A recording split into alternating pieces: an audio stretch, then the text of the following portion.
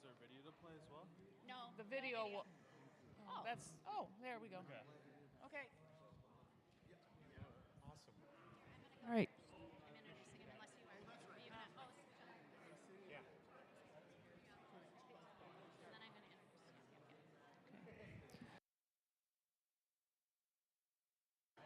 Good morning. Can you hear me? All right. What an opportunity. Welcome, John. This is a long time coming, and we are thrilled. Thank you for coming. I want to introduce, first of all, start off, Kurt was the dreamer and the impetus behind this project ever getting started. So, Kurt, I'd like to start with you here reading our land acknowledgement statement. And a thank you to you for your persistence and perseverance in getting this idea rolling long ago. Yeah. Well, this is more than I could have dreamed of, actually. So I'm just so happy to be here and so happy to have this wonderful piece that John has done. Bethel Lutheran Church stands on land that is home of the Wakapute band of the Dakota Nation, whose people have been stewarding this land for many generations. We offer sincere regrets for the injustices done to them, unkept promises, broken treaties, forced removal from homes, and genocide. So with the Holy Spirit's help, we pledge to repair relationships with our indigenous neighbors by learning about their history, current stories, and public policies that have impacted and continue to impact their lives. In doing so, we commit ourselves to making inroads to interrupt systemic racism and helping to promote healing and justice. My thought when I suggested that we have an art piece done was that it be a twofold thing. Number one is to remind us who was here before. And number two, to be an educational piece for us and for our children to come. So thanks to all who helped make this a reality. Thank you, Kurt. I know we want to hear from John, so I'm going to share just a little bit. I wrote it down because it's important to me that this is said. I do want to thank Kurt for being the visionary. I deeply want to thank Chris Bussman for being a huge support yesterday. I want to deeply thank Blair Fowler for being an incredible support to this process. I want to thank Bill Hoekstra. He was here all day yesterday. Kirsten has been amazing. Wendell Arneson helped us set up the show on the back wall and has been a visionary with this too. Worship and Arts, Mission and Justice. This has been a collaborative effort, and it's such a pleasure to have worked with John. I just want to say good morning. Welcome to John and Tracy Sterner. Especially, we're so delighted that you are with us this morning. On behalf of the Worship and Arts, Mission and Justice Committees, I have the great privilege to introduce John Sterner this morning to talk about Aikoyaka, our newest addition to the Bethel worship service. John is Sigangu Lakota. He is a member of the Rosebud Sioux tribe. John and his wife Tracy live in Marshall, Minnesota, where they attend a Lutheran church and where John is a deacon.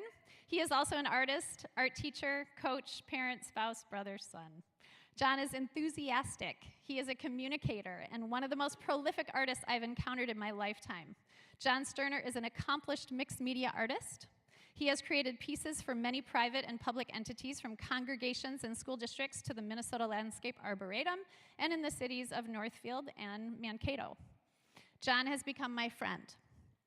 We are both visual art teachers in public schools and help others understand the powerful role the arts play in human life. The visual arts play a significant role in engaging and inspiring people in ways that heighten awareness or prompt reflection. Art can move us. It encourages us to open up and wonder, as well as consider new connections. Art can tell us about other people and other times, and art can help us to define ourselves in our times. Sometimes art is timeless. We hope that this breathtaking, past to present, connecting, timeless relief sculpture installed in our sacred space from this day forward serves as a reminder of how our stories are interwoven with those who have lived and served on this land before us. With the acceptance of the Bethel Lutheran Church Land Acknowledgement Statement, our congregation has committed to making inroads to interrupt systemic racism, as well as to promote education, healing, and justice. We strive to live out our faith in loving connection with the world. Aikoyaka means connected. We thank you from the bottom of our hearts, John, for your can-do spirit, for your innovative original design for Bethel, for your countless hours of sketching and carving, about 400, maybe 500, for your problem solving and patience, for your ability to share the experience and educate, for your friendship, and for allowing the Spirit to work through you to connect generations. Please join me in welcoming John Sterner.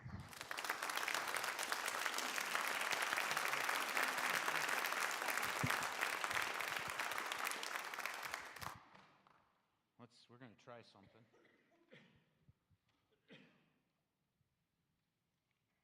Oh, nope. Aikoyaka. Aikoyaka. Aikoyaka. Aikoyaka. So that is a language app that I have that's for Dakota and Lakota, and that's how you actually pronounce it. I am a part of the American Indian generation that wasn't allowed to speak our language or learn our language. So I am behind. And I spend way too much time making art, so learning a language, it's on my list. But yeah, so sometimes I know words, and when I get new words, sometimes they make my tongue twist.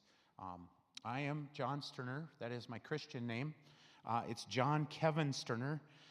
My mom named me Kevin so that I could switch it to John Knife Sterner, which is our family name. I'm actually Mila Yuha is my Lakota name, which means has a knife. And the story goes that there's this whole thought process called Hokahe. Hokahe means it's a good day to die, meaning that what would be one of my father-in-laws was probably about a couple weeks away from actually passing, and he told my mother-in-law, he said, you know, I could die tomorrow. I've had 2 sons, I've planted a tree, and I married a good woman. And then a train hit his truck, and he died 2 weeks later. So but it's this interesting story because, I mean, he professed what, as a Lakota or a Dakota, we call Hokahe, which means he had lived his life. He had done everything that he was intended to do, and he went out and did it. And so Hokahe is this idea that you're ready to go at any moment. So just got moved by telling that. So I'm going to go on a little further. My name, Mila Yuha, was this warrior that was near the end of his life, and he had a different name at that point, and there was a battle that occurred because people were stealing wood from the Black Hills across the Dakota Territory, and there was a crew of people taking wood, and so a group of Indians went to stop them, and he said he was going to stop them, and he tied a rope around his ankle, and he went out there, and he staked himself to the ground, and he got in the middle of the battle, and he intended to die in the battle. Unfortunately for him, he survived, and because he was so brave and courageous, when he came home, they gave him a new name, and that name was Mila Yuha, which means has a knife, and because he stood there with his knife and defended his land and his people, they changed his name as an honor name. So in 1997, I was teaching in Marshall Public Schools. I was one of the only people of color in the school district as a teacher and one of the only people of color in the school district. And a president of the university in town, Southwest Minnesota State, happened to be bear hunting and found an eagle feather. So he brought it to my mother and said, you know I'm not supposed to have this. What should I do with it? And my mother said, well, you need to give it to somebody that you believe is doing something that's forthright and standing up for their convictions. And I was teaching his son in the junior high at the time, and he said, well, you're your son is the perfect example of this, so I'm going to give it to your son. So it was the first time I received an eagle feather, but I couldn't receive the eagle feather because I hadn't been named. Now, just to let you know, you can't have a naming ceremony unless you're in a year where you haven't had mourning. So, from the year I was born in 1966, there was a death that occurred in my Indian family every year, 2 a year, 3 a year, until 97. So it was very serendipitous. It was the only year that we weren't in mourning. And so we had a ceremony in the summer, and at that ceremony, it's like a wachipi or a powwow. There's a lot of singing, there's a lot of dancing, there's a lot of prayer. And Webster Tuhawk was an Episcopal priest who is my grandfather. He was at the ceremony, and he served to do the Christian side of it. And then there were medicine men that did the traditional method, and I received the eagle feather after I was given my name. And they gave me the name Mila Yuha because I stand alone in Marshall as a Lakota and a Dakota, and I teach non-Indians. And so they considered that to be one of the bravest things that could happen. So now, as you look at what I'm talking about, everything here is metaphor, everything is kind of iconography, everything is symbols and faith-orientated. To give you a little more information about who I am, my grandfather was Felix Knife. He was a World War II combatant, and they had a 50-year code of non-talk, and at the end of the 50 years, they were allowed to talk. Him and 15 of his cousins were Ogallala, Sichangu, and, they were just Ogallala and Sichangu, types of Lakota, and they were code talkers on the European front, and they worked with tank crews, and they directed tanks. There was a situation, if you've seen the movie Fury with Brad Pitt, where the tanks are driving towards the German spot, and the Germans are shooting at them from the trees, and all the men are walking behind the tank. Well, my grandfather and his cousin had lost their tank, and they were walking behind when he was hit in the belly with a bullet. And as he lay on the ground, and his cousin and the man that was supposed to take his life if he was ever captured, they put his back inside him, and then my grandfather said a prayer. And he said, "Lord, if I survive, I'll become a man of your word." And so he did survive, even though the person showed up with a telegram saying to my grandmother, "Your husband's dead." But my mom woke up. She was a 3-year-old baby.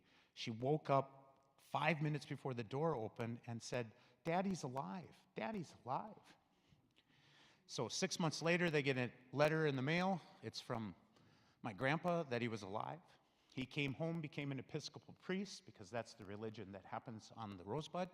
And so I grew up with the importance of both being a Lakota and having that spirituality. And I grew up with the idea that the Episcopal and the idea of the Christian was very important to our lifestyle. And then my mom married a Boys Town graduate, so he's a full-blood Catholic. They were Irish nuns, and yeah, so he's really Catholic. Yeah. If, it says Catholic, it says Mike Sterner. So he met Father Flanagan. It's the whole 9 yards. But he was always of the idea that we didn't have to be in church to praise God. And he was always wanting to be outside. And so another part of the art that I make is plein air painting. I want to be good at it, but it's still fun to do. But that's an idea that I honor my father with. And then the rest of my artwork is me searching for who I am, as I've not grown up as a Lakota in the sense of all of my rest of my relatives. Now, so I try to use a lot of imagery and icons and things that are symbolism in my work that represents not only who I am as an American Indian, but my connection to a higher being. And that connection is important to me because wherever I do my work, I find myself in a situation where I end up praying. My grandmother taught me a long time ago that if I was scared, nervous, or just unsure, to just stop and say Pilamaye, which means thank you. And then she said to say Tungashila at the end of it, which is grandfather, but it's not grandfather.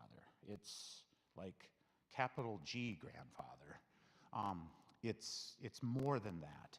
So I was taught to say Pilamaye Tungashila for anything that happened. If I was scared, nervous, and she said, and especially when you're excited, because you need to thank all the time, and that'll calm you. That'll take you through whatever you're feeling and bring you back to norm. So a lot of what I do is based on that. So when I make art, a lot of times I'm in that thought process. And I read an article. My grandmother she grew up in a place that's called Little Crow Camp, which is on the Rosebud. And Little Crow Camp didn't exist before 1862. It's where the refugees from Minnesota fled, one of the places they fled. So, and it was a little crow. We don't know if it was the little crow or one of his sons, but we know that a little crow settled there, and my grandmother can trace to that little crow. So I am Dakota, Mdewakanton on my grandmother's side, and I am Sichangu Lakota on my grandfather's side.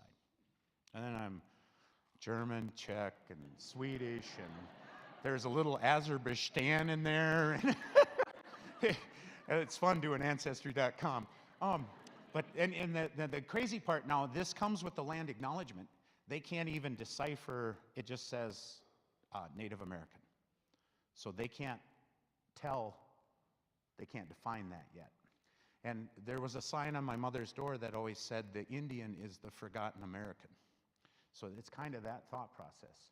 So when you're doing a land acknowledgement, you're taking somebody that has been forgotten and we're remembering them.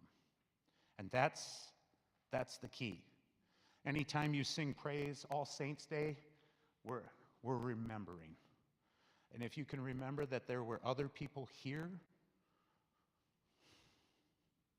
that's truly what it's all about. So let's talk about the picture or the sculpture that's going up there. The center of the picture is not in the center. The sun represents Tungashila. The sun is just the round sphere. You'll notice that the round sphere continues.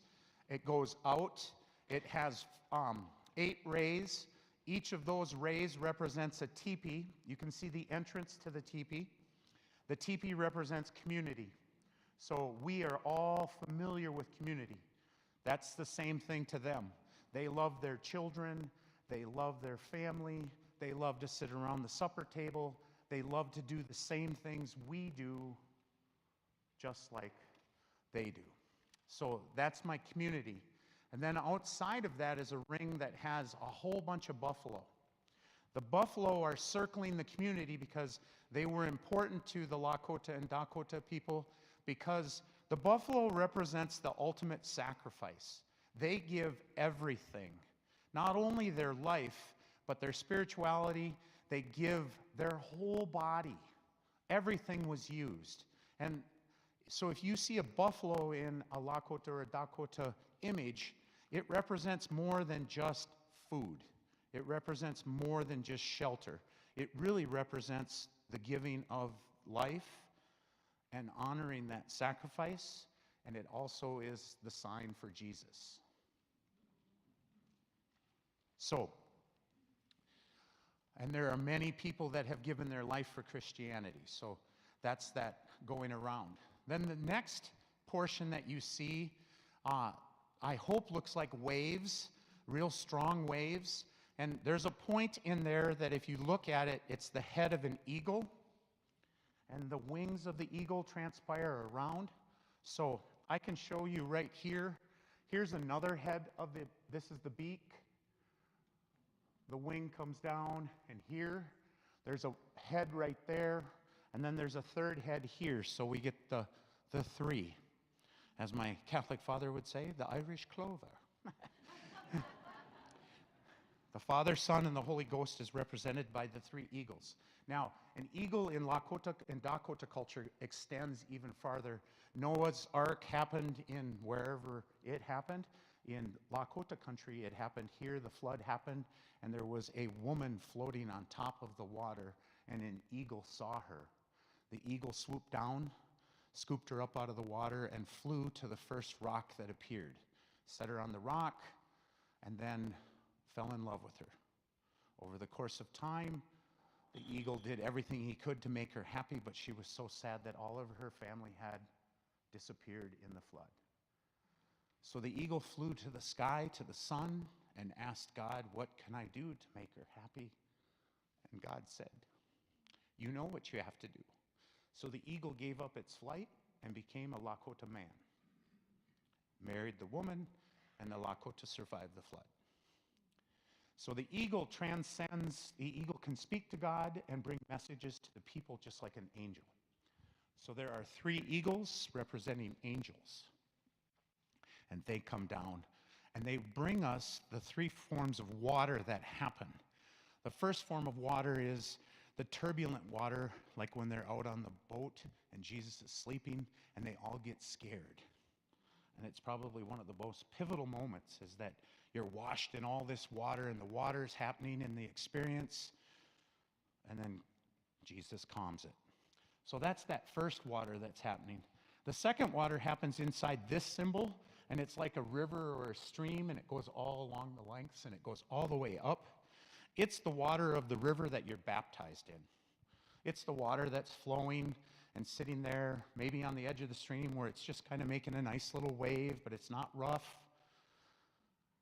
And that's what that water is meant to be. And then the next water is the raindrops. Teaduta, the little crow, when he was a young man, asked his mother, "I don't understand when you talk about this great mystery. What do you mean, Mother?" And his mother looked him in the eye and said, "You have to listen in silence to understand the great mystery." And some of the greatest moments I've ever had is just watching the rain just begin again on a rainy day and the water just hitting. And it's one of those moments when you're listening in silence and God speaks to you. So those are the raindrops that you see happening here and breaking the water. So there's 3 forms of water, and the Bible is filled with water. The water is probably the most important thing for a metaphor that happens in the Bible. Then the last item is this device that starts here, it goes up. It's the only angular item in the whole thing. It comes up here and it goes and it follows all the way to the top up there. So when I was looking for what the connection was between me, you, your church, your congregation, and the land acknowledgement, it was always brought to mind that in ceremony, or when you met somebody and you made an agreement by smoking the peace pipe. And the peace pipe wasn't meant to be, we get tobacco all wrong. Tobacco is one of the sacred plants, and it should never touch the ground. It should never be allowed to fall. It should never be burnt the way it's being burnt. It's just being mistreated right now. But tobacco is one of them. Sage is another. Sweetgrass is another. And they have purifying powers. And those purifying powers, so when you smoked the peace pipe, the idea was that we both cleansed each other of all the negative, and all that we were left with was the positive and the connection between us. And that was our bind. That was like, and then we'd shake our hand, right? That was the same thing to the Lakota and the Dakota. So that was that connection. Well, I looked at all these peace pipe bags in my family, we are a bearer of one of the peace pipes that is sacred to our community. And in that bag, there's a cover, and on that cover is some designs that have been beaded in and drawn in and things of that nature. On a majority of the ones I looked at in photographs, they had that symbol. And that symbol was called interconnectedness. And it's the idea that we're all connected. My friend here, Sandy, she's from a small town outside Minneota called Taunton. And she grew up there, went to Minnesota. I went to Marshall. We didn't know each other, but we met in college, and now we have been friends for so long. Our children are like brother and sisters to each other. They're like family. We are so connected that it's that truth of what connectedness is. That we may come from different environments. She's a Belgian, and you heard what I was. French, all français. And but that point is that we came from different worlds, and now we're bound together. And in that's that land acknowledgement, that we're admitting that these people were here, but at the same time, these people are us. They pray, they like to read, they watch TV, they like to sit in their chair when they're at home at night, they like to eat dinner together, they like to laugh, they like to talk. They're just like us. We're connected. Now, in Dakota and Lakota, there's no word for interconnection, only connection and connected. So that's this symbol, and that's the power of that symbol, as that means that this church is connected to the land and the people that were here before.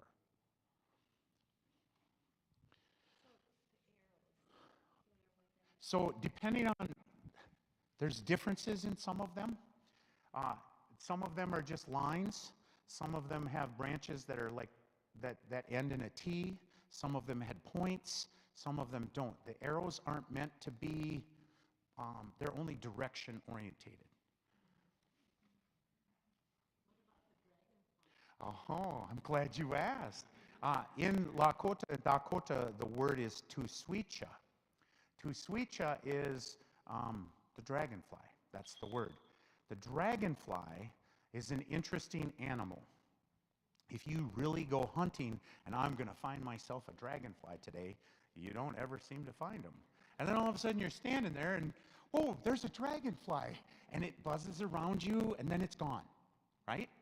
Well, it's another form of God giving you a message. So the eagle and the dragonfly, the tuswicha, Wambly and tuswicha are both symbols from God that you're doing something right today, or you need to be reminded of Him today, of that nature. And so it was traditionally a cross, sometimes a double cross with two cross parts, and the double cross is sometimes interpreted as a dragonfly. And I happen to be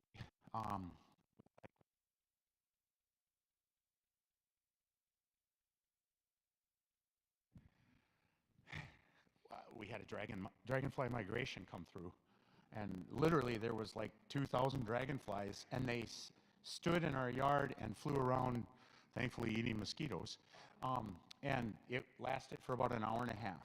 And there were barn swallows too, so it was a feeding frenzy, but it was just the most, and they flew right by us. There were green ones, there was blue ones, there was red ones, there were clear ones. It was just the most amazing experience. The first time I'd ever had that was like 3 years ago. My daughter was doing, this is the dance we're going to do for dance class, Dad, and she's in the middle of the yard starting to dance, and all the dragonflies came. So it's just one of those, yeah. So to me, there's a connection.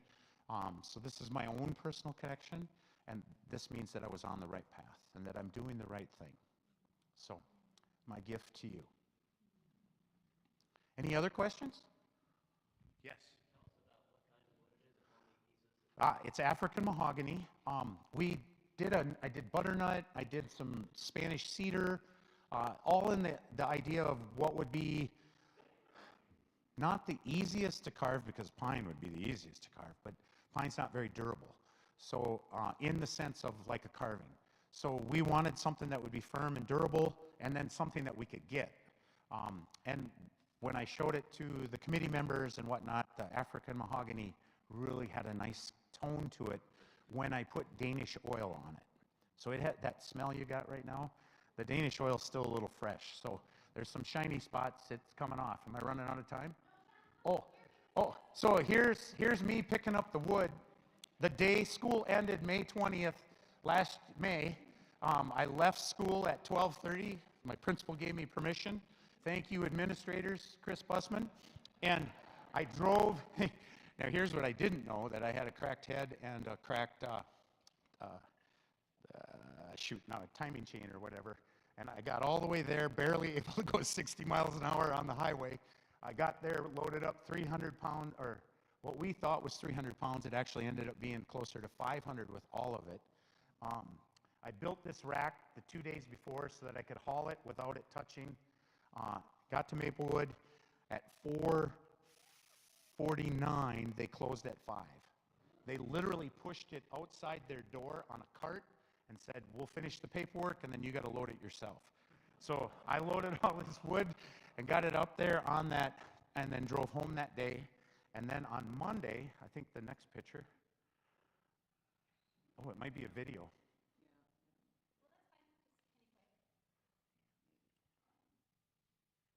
So this is Mike Lee. Mike Lee's dad was the pastor at a Lutheran church in Cloquet for like 25 years. And he is a member of our church at Christ Lutheran, and he has Lee's Old Man Wood, or whatever is the title of his company. And he had a bigger saw than I had. Mine is belt-driven. His is motor-driven, so it'll handle more longer wood, and it'll handle going through it without changing. So my son and I, that's my son Elijah, and very serendipitous because there's an event that happened to him and I that's related to the Raven. Yeah. But he and I loaded all that wood onto my truck, drove the 8 miles into Cottonwood, and then we cut all the wood, and then we brought it back, loaded it up, and then lifted it up onto my loft in my barn. And then he and I, for the next about month, glued it together. The glue had to have about 3 days to 4 days to set. And this is probably me. This is us. He's putting the glue on. Yeah. My son is a senior at Southwest. And he's hoping to be a Capitol Police officer in May. So he'll be starting to train. We glued it all together. Had to use a lot of pipe wrenches. Had to buy more pipe because it was really big. Yeah, and it took a long time. And then about June 25th or 26th, I had already started a smaller carving. We just I drew out the design. Couldn't see it with pencil, so I took white paint and painted it with white paint. And it's really hard because it's flat. Couldn't pick it up. Yeah. So, that's what then started. One of the tools I used was what's called a die grinder. This is a battery-powered one. And then I have a little die tool on the end that's designed for wood carving because I knew I had to take out bigger chunks faster. And the nice part is it takes it out smooth. So I did all of the water with that die grinder. And it's yeah. But if you let go, it just kind of, yeah. So then the white got a little, so I have a big old Sharpie. It's ginormous. Yeah. Then Sharpied it out. I started to hand carve. I had to use hand carving to carve that out. The circles all carved by taking off little chunks at a time and then coming back. Yeah. There's all the wood that I carved from that circle that day. I put it all in the middle. And you can see I'm starting to work around. The other thing is, my mom always talked about Lakota being tall, and I got my dad's height. Had I had my Lakota height, I'd have been like 6'4", because all my relatives are like 6'3" and 6'4". I'd have easily been able to bend over and get those other, yeah. But it was a challenge. I had to go on a stool, and so I was on my belly a lot. It's a good thing it's big because it's a nice cushion. So then I used a really cool power tool, and I don't know if we have a picture of it, but it's this thing attaches to a grinder, and oh man, Tim from Tool Time, oh, look what this does. Yeah, so I had a lot of fun with that, but that saved me. I was able to carve out the whole interconnected disc symbol and a couple other things in a matter of days, as opposed to doing the chisel work, which took weeks. So the Tu-Suicha went through a number of different elements. I changed some things because it just was too heavy with this. There's a really cool view, and if you look at the triangles where the Tu-Suicha is from a certain angle, it almost looks like it's a splash in the water, that it happens and it's a ripple going away. So it's just different angles.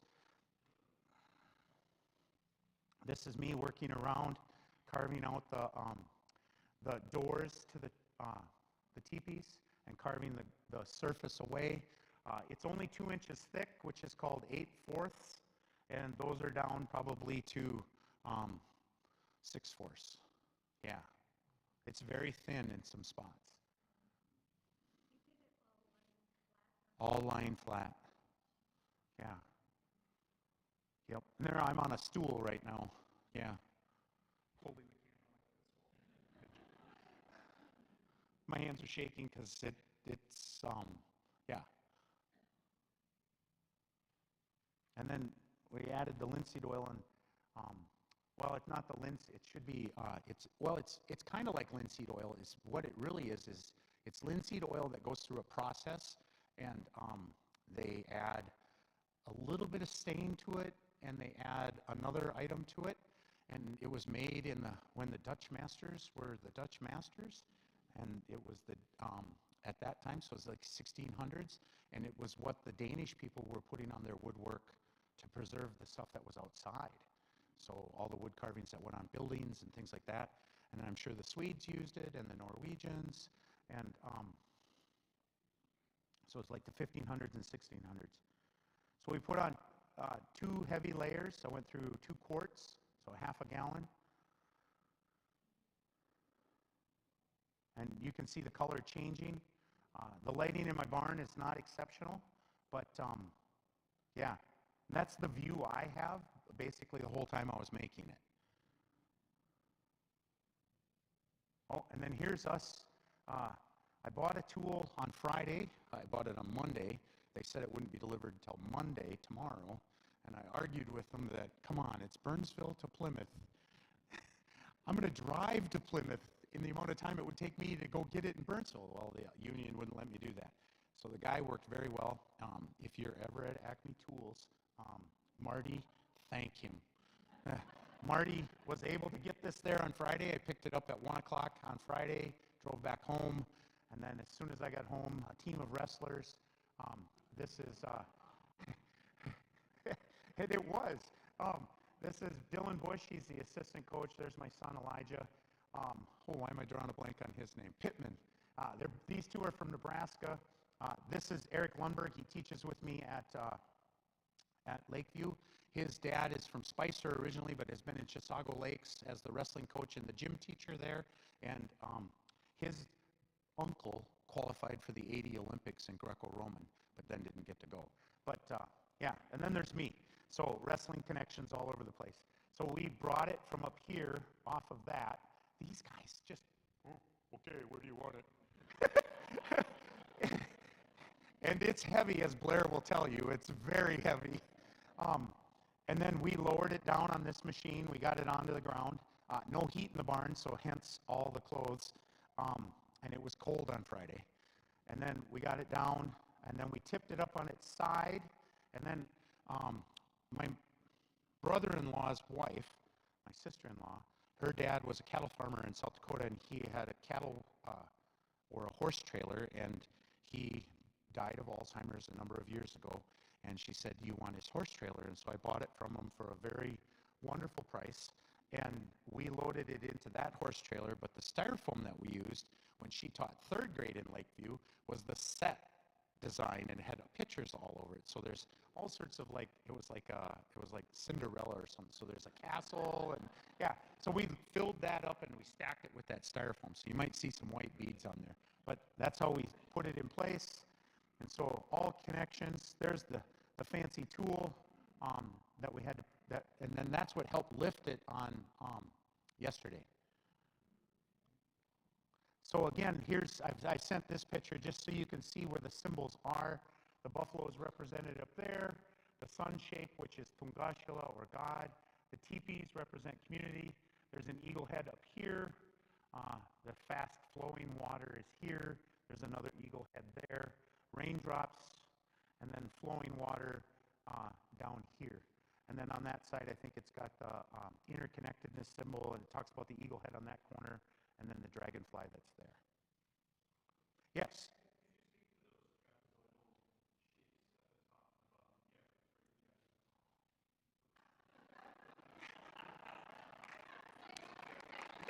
So, right? They were a part of, they were on every, and they were flipped on some of them, and they were, so the big end was towards the arrows, and on some they were, and I thought it looked better, and I saw them, about half, there was like 50-50. So some were that way, some were the other way, so I went with that.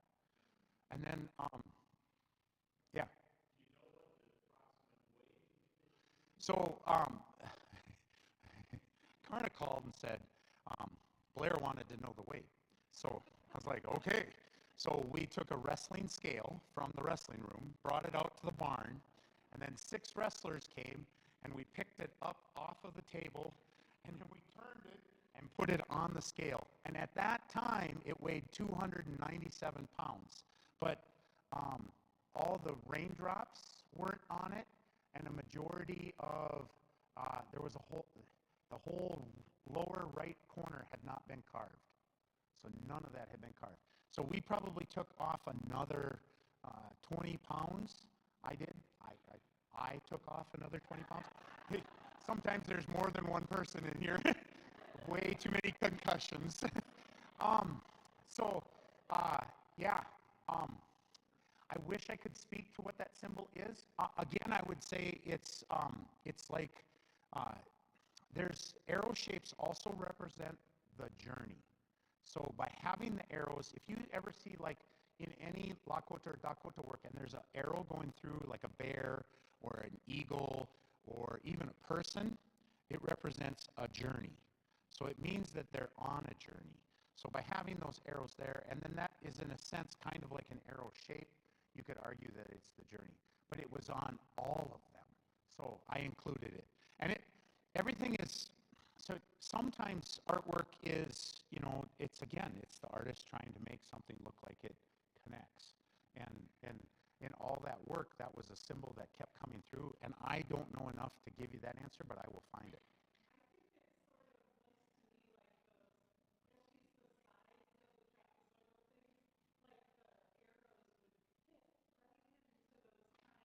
Oh, nice, yeah. Ooh, I like that. Yeah. Settle right in there. Yeah. That's awesome. I like that. Oh, see. But what I want to say is I know if you read John's artist statement, you'll see that what's really important to him is how you all interpret it, right? Like, this is the beauty of art. We have a whole display of his ledger art on the back wall in the narthex that you should all notice as well. It's hard not to. But they're just amazing. If you look closely, you'll see that ledger art for John, and you can read about his artist statement, that he draws on bulletins. He was sitting next to me doing that today. But the story is lovely to hear about, and you should definitely take a look, because you'll notice every single page out there is a bulletin page. So ledger art. So take a look at this whole other dimension of John back here that we get to enjoy for the next 6 weeks. Please enjoy for years to come interpreting this as you wish. John would be thrilled. We are so honored that you did this for us. John said something that I hope I can repeat. He has 13 public sculptures around the state of Minnesota and maybe beyond, I think maybe Iowa too. He said this is his favorite so far. It truly is, yeah. So we know that church starts soon, so get a chance to shake this amazing man's hand, and thank you again for being here. Oh, please. It's oily right now. Yeah, it's a little oily. So